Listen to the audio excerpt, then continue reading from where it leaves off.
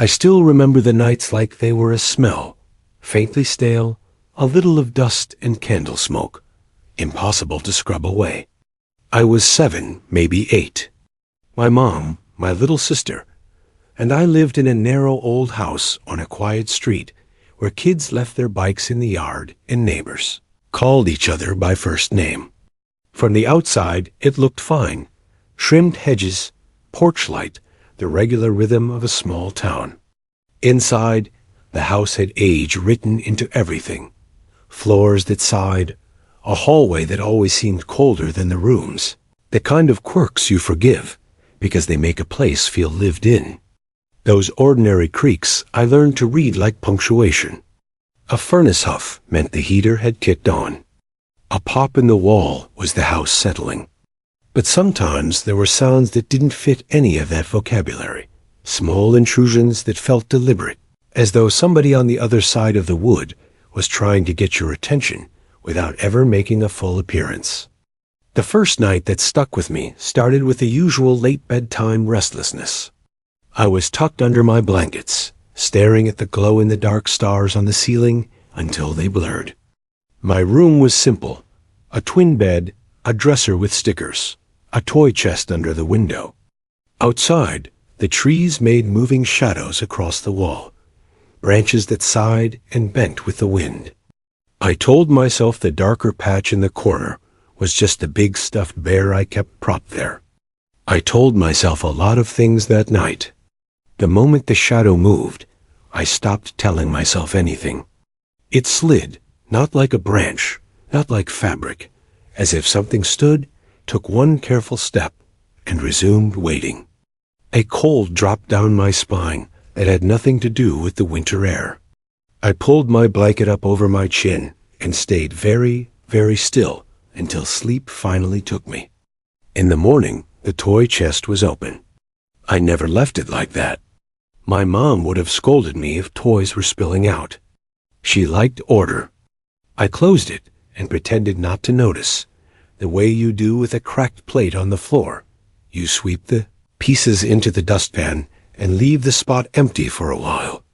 It wasn't long after that my little sister walked into the kitchen and told my mom, without theatrics, that she didn't like the man in the closet.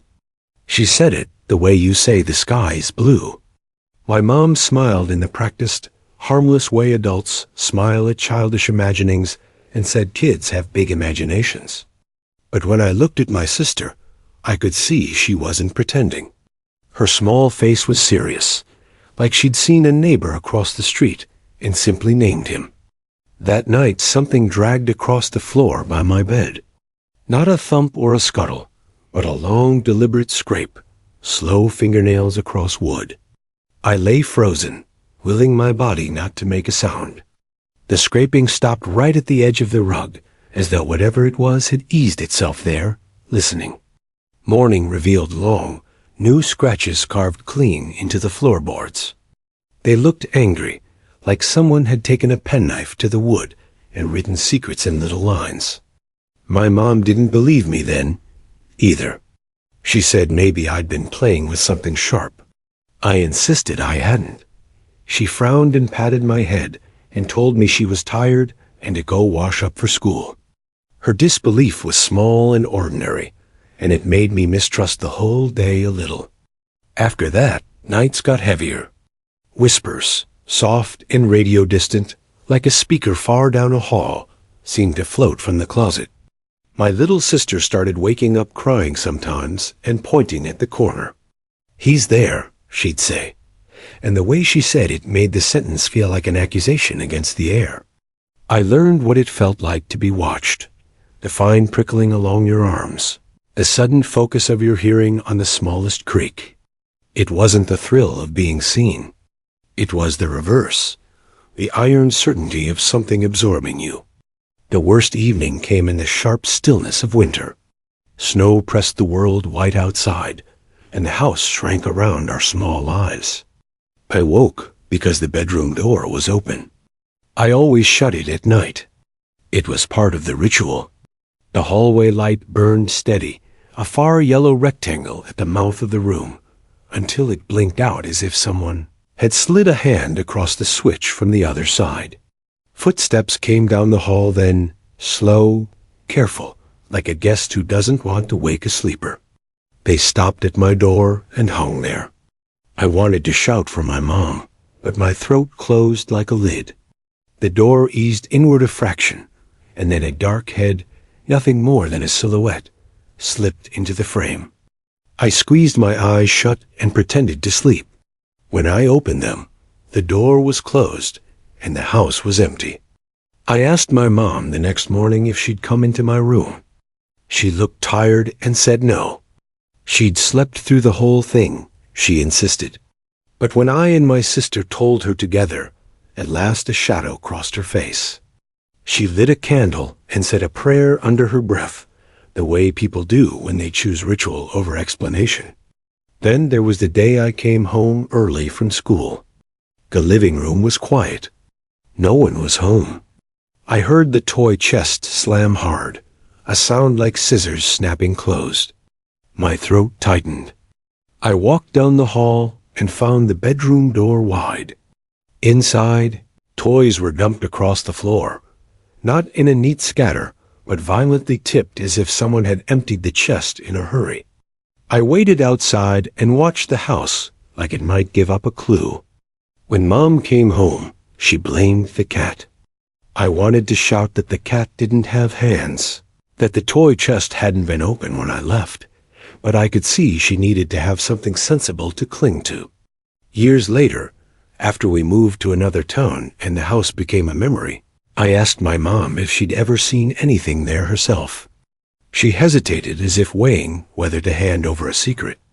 Then she said she'd sometimes wake to the feeling of a man standing just inside the doorway, a shadow that didn't belong to any person she knew. She never told us before, she said, because she didn't want us living with the fear. Her voice was small when she admitted it, and for once I believed her without needing proof. People give reasons. The house settling, childhood imagination, the way memories smooth and bend. Maybe the scratches were a prank. Maybe the whispering was the storm through the eaves. Maybe we made shapes out of shadows, because childhood is a time the world fills with monsters and angels alike. But there are things that don't sit neatly in any explanation. The way the shadow in the corner seemed to breathe as if it had lungs, the precise scraping at the edge of the rug, the certainty in my sister's childish voice when she named the man. Even now, when the house is quiet and the neighborhood is asleep, I sometimes hear a faint sound in my memory, nails dragging on wood, and my heart does that small, old stutter as if the past wants attention. I pull the blanket up, turn on the bedside lamp, and count the seconds until sleep takes me. The weight of that house is in me still, in the way I don't leave a closet door open at night, in the small rituals I keep to make a room feel safe. And sometimes, in the very dark after midnight, I wake and listen, waiting for a sound I hope never returns.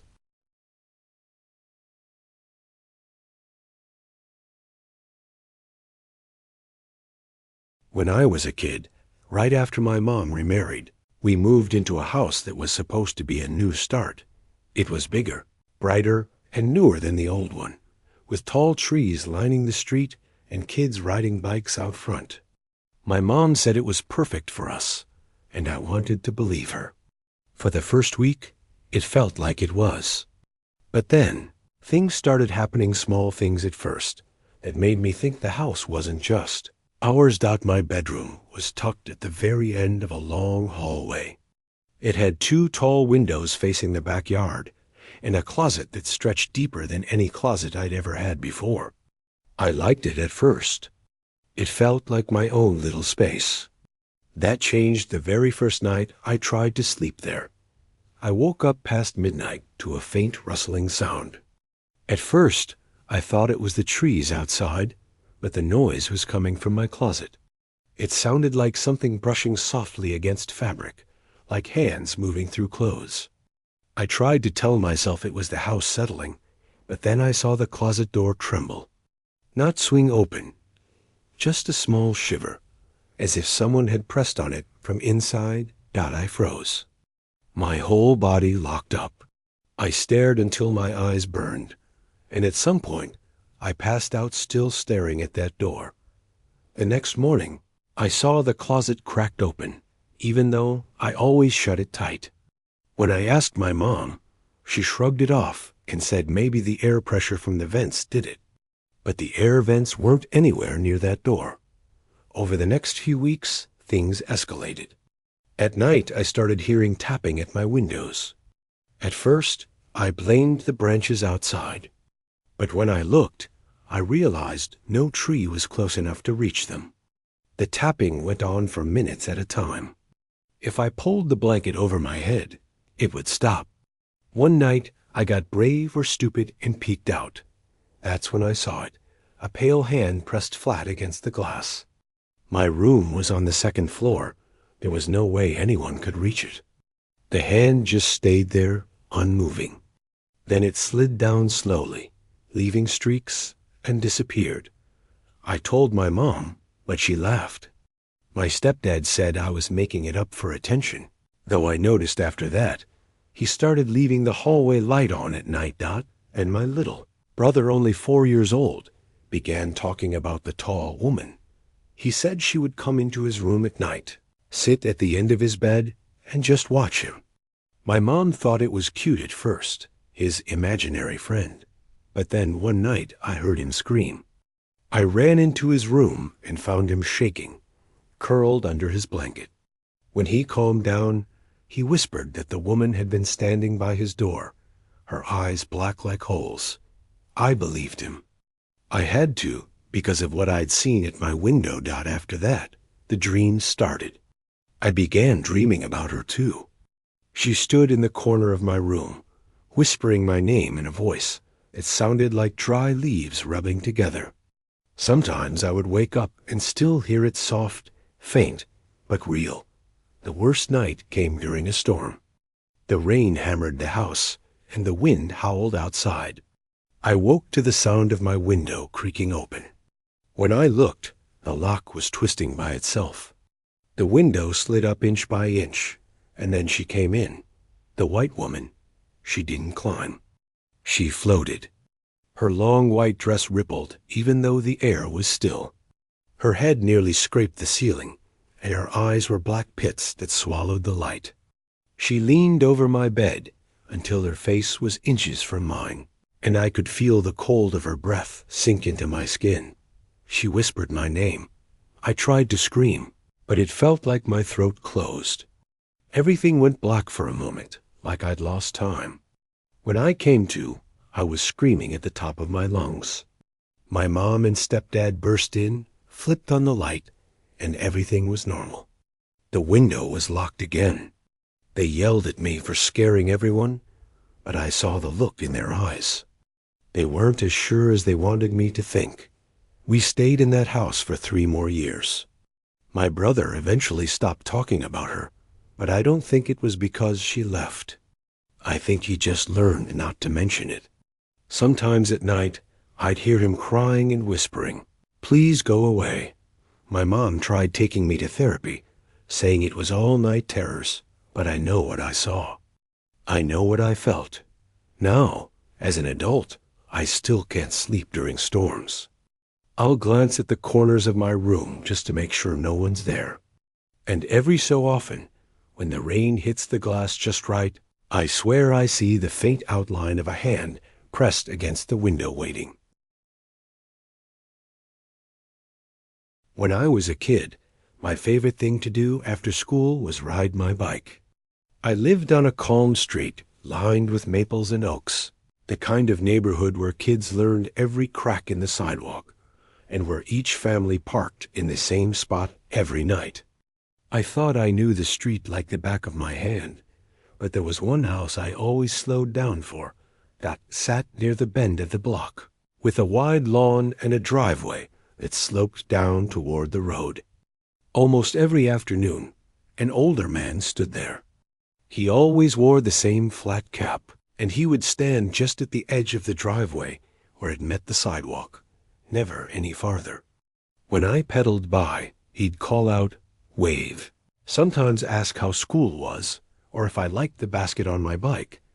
I never got close enough to touch the fence, not once. My mom had drilled into me that I wasn't to cross the street by myself, and I never dared break that rule. So our talks were always shouted from a distance, his voice reaching across the road. They were short conversations, but oddly specific. He'd ask about things I didn't remember ever telling him, like how I had a younger sibling, or that my dad drove a different car now. I figured maybe he saw us from his window. He was a neighbor, after all. When I got a brand new blue bike with a silver bell, he was there waiting. He grinned and said, "Looks fast. Want to race?"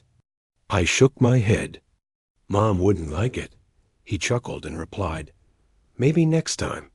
After that, he told me little things. About how birds nested in the gutters of his garage. About a superstition he had, where he never stepped on the third paving stone in front of his house. Even a silly story about a dog that stole shoes. He seemed like a man who noticed details no one else did. I started to look for him every time I rode down that block. Some days he was there, some days not. Then one week he wasn't there at all. His driveway was empty. The curtains were drawn tight. The absence felt strange, like a missing tooth in a familiar smile. A few afternoons later, I spotted a woman in the backyard with a watering can. She wore her hair pulled back and moved slow, like she was tired. I wanted to shout hello, to tell her I was friends with the man in the hat, but I stayed quiet. A few more days went by, and I saw her again, this time with a mug standing on the porch. I circled the corner on my bike, waiting. Then, against every rule I'd been taught, I darted across the street. Up close, the house felt bigger, heavier, like it leaned over me. I stopped at the end of the drive. The woman noticed and walked toward the gate. She didn't seem angry, just surprised. "What are you doing back here?" she asked. I told her about the man, how he'd talked to me from the driveway, how he always wore a hat, how he said we'd race someday. Her expression softened, but not in the way I expected. She pressed her hands to her dress and said carefully, "That sounds like my husband, but he passed away." I stared at her, waiting for her to laugh, to tell me he'd just gone on a trip. Instead, she went inside and brought out a framed photo. There he was, the same hat, the same smile. Only one thing didn't match. In the photo, a long scar ran down the side of his cheek. The man I had talked to never had a scar. His skin had been smoothed out. I stammered that maybe I had seen him touch his face once. Maybe he'd hidden it under stubble. She shook her head gently and said the scar had been there since he was young.